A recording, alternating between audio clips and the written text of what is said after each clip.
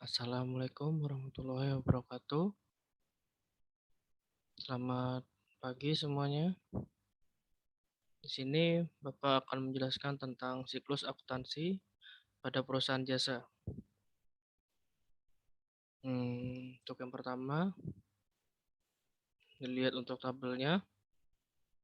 Siklus akuntansi perusahaan jasa dibedakan menjadi tiga, yaitu pencatatan, pengikhtisaran, dan pelaporan. Jadi yang pertama Bapak akan menjelaskan tentang pencatatan dulu ya. Untuk pencatatan sendiri ada karakteristik perusahaan jasa, sumber pencatatan akuntansi, terus dibedakan lagi menjadi jurnal umum dan buku besar. Untuk pengintisaran, ada neraca saldo dan jurnal penyesuaian. Hasilnya nanti jadi kertas kerja.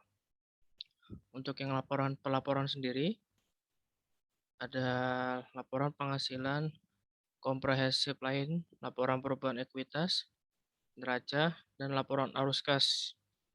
Yang jadinya nanti catatan laporan keuangan. Untuk selanjutnya, yang pertama tahap pencatatan. Pertama, karakteristik perusahaan jasa. Perusahaan jasa melakukan kegiatan untuk mendapatkan laba berupa perusahaan penjualan jasa, siklus akuntansi perusahaan jasa dalam berbagai bidang pelayanan yang memberikan kemudahan dan kenyamanan bagi masyarakat yang membutuhkannya untuk melancarkan aktivitas produksi dan konsumsi.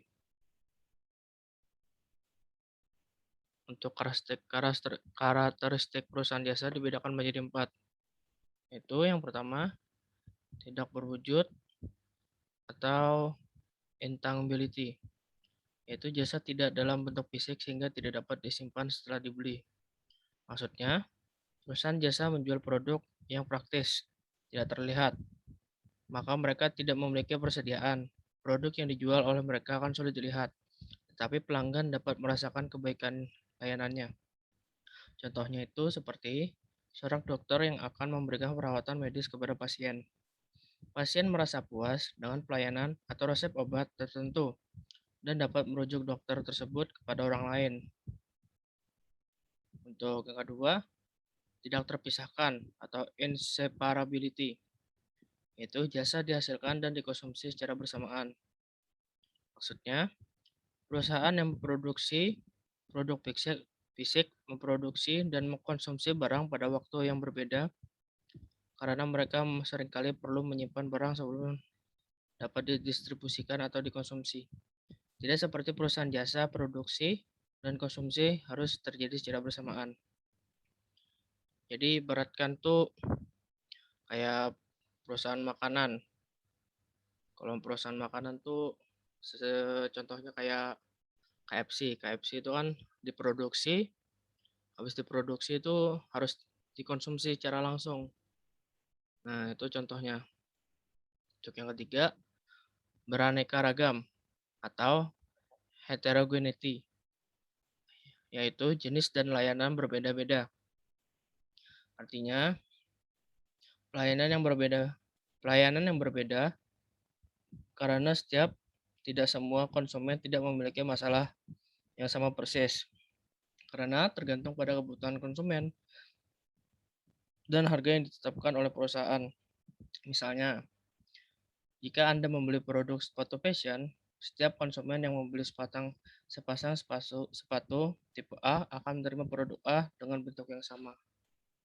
Nah, seperti itu. Untuk yang 4 nih, mudah lenyap, perishability. Itu jasa tidak tahan lama. Jadi cepat habis ketika dikonsumsi. Ya, kayak perusahaan makanan tadi maksudnya.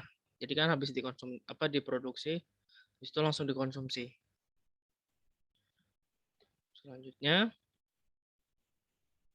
ada yang kedua, bukti transaksi. Dibedakan menjadi dua, transaksi internal dan eksternal. Yang pertama internal dulu. Untuk internal sendiri digunakan di dalam perusahaan sendiri tanpa melibatkan pihak luar perusahaan. Contoh dari bukti transaksi ini antara lain memo, yaitu bukti transaksi yang dibuat manajer kepada staf akuntansi. Contohnya seperti ini ya. ada bukti kas masuk yang diterima dari Bapak Suparman. Banyaknya uang itu Rp150.000 untuk pembayaran penjualan buku tulis sebanyak 10 buah. Persatuannya 15.000. Jadi jumlahnya itu 150.000. Seperti itu. Terus ya mudahan kalau sampai sini paham ya kalian ya. Terus ada, nah ini yang eksternalnya.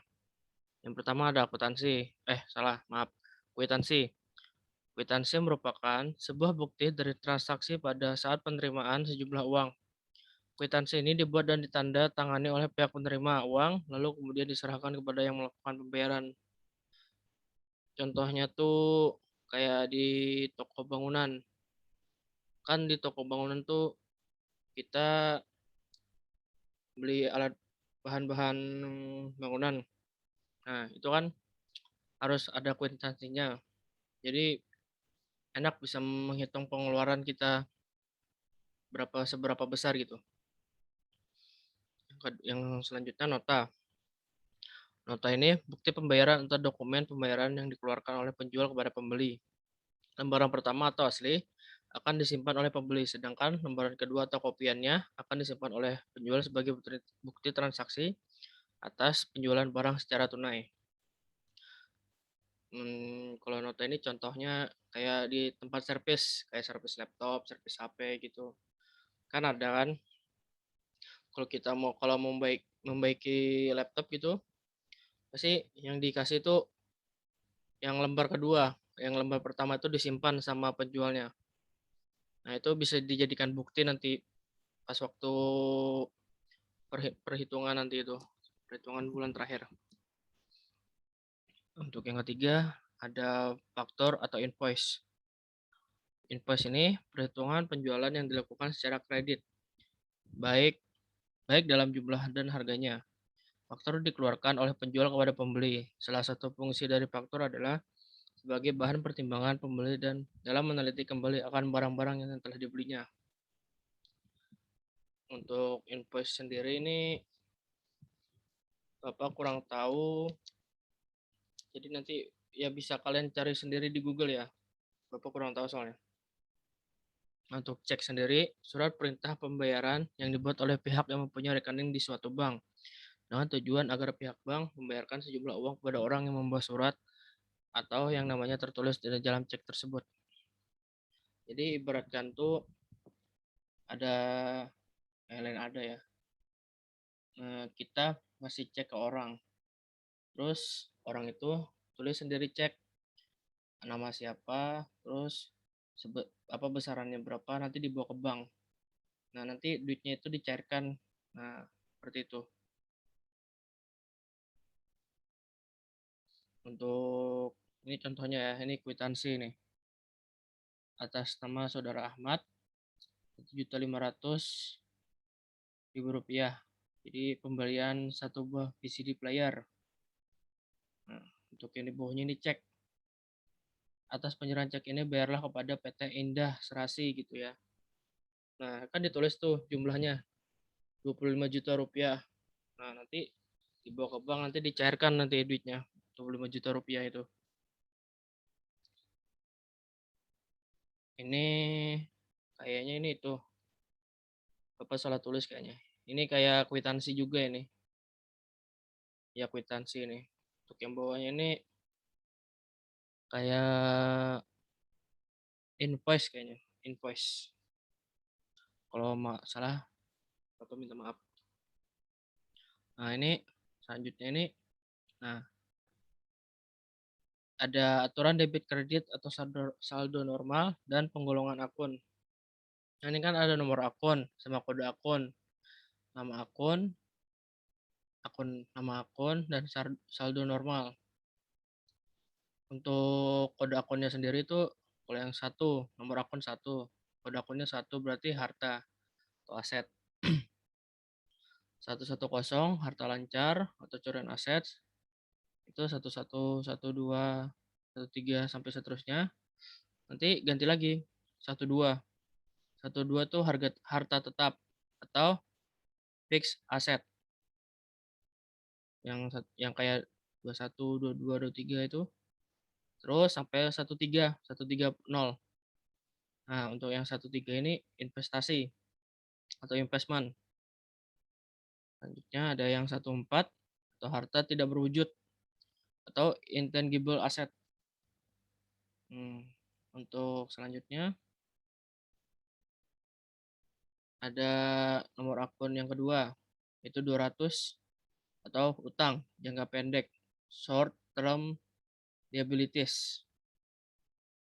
Untuk ini kan yang 200 nih, yang kosong-kosong utang jangka pendek. Untuk yang 220 utang jangka panjang. Utang jangka panjang atau long term payable. Selanjutnya yang nomor akun 300 atau 300 itu modal atau equity atau capital. Untuk yang nomor akun 4 sendiri itu 400 pendapatan atau income, revenue, dan yang 500 atau 500 beban atau expenses. Nah, dan yang Bapak jelaskan ini kalian paham ya, dan masuk gitu pelajaran. Sekian pelajaran dari Bapak, salah hilap mohon maaf. Assalamualaikum warahmatullahi wabarakatuh.